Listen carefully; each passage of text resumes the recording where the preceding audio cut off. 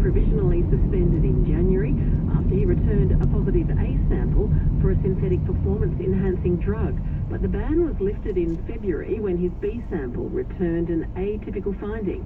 The University of Canberra's Dr. Catherine Ordway says WADA will take a look at its procedures as a result of the incident. There are also cases that are pending and some quite high-profile cases around the world where those legal teams and athletes will be keen to know, well, what exactly is the process and has it been properly followed in my case?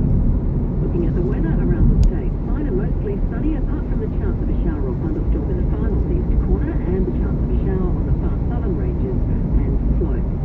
Sunny for Sydney this afternoon, a top of 21 degrees on the coast and 23 in the west.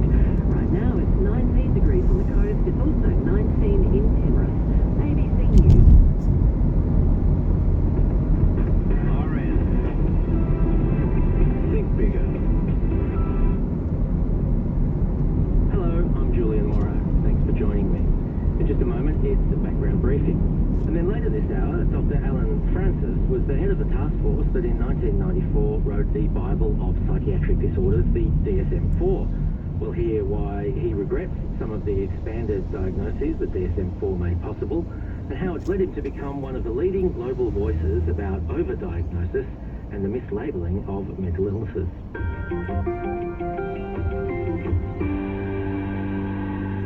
But now to background briefing. Jackson was 11 when he arrived at a juvenile detention centre. A string of offences finally caught up with him, and for 3 months he was locked up in Queensland's Cleveland Detention Centre. Inside Cleveland, life was a series of lockdowns with the occasional outbreak of violence. Jackson spent hours alone in his cell, his only means of communication via an intercom or a grill in the door. Turns out that staff at the Cleveland Detention Centre were also having it tough.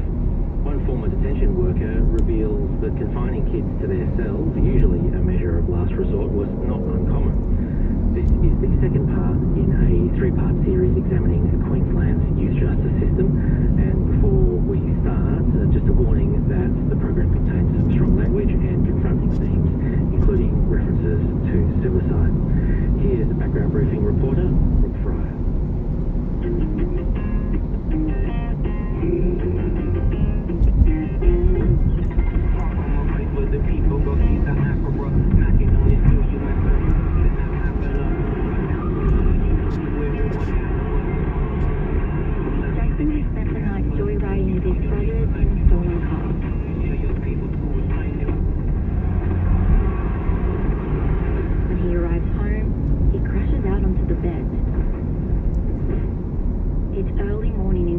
Regional town of Mount Isa. Later that same morning, he's woken up by a police officer.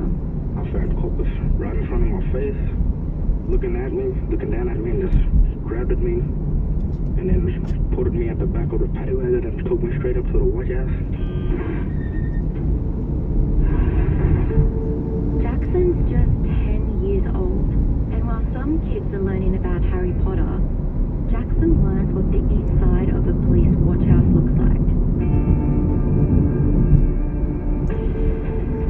This is the second episode in a special 3-part series. A collaboration between the ABC's Indigenous Affairs team and Background Briefing. You've already met Jackson and James, and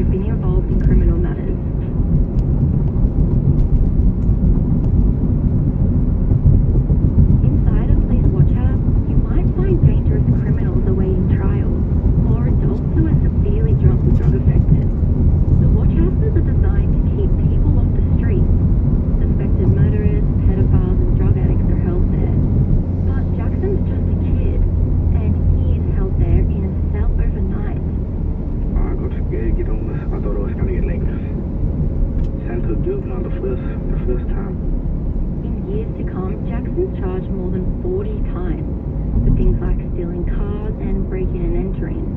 He's thrown into the watch house again and again, sometimes for days, and he isn't alone.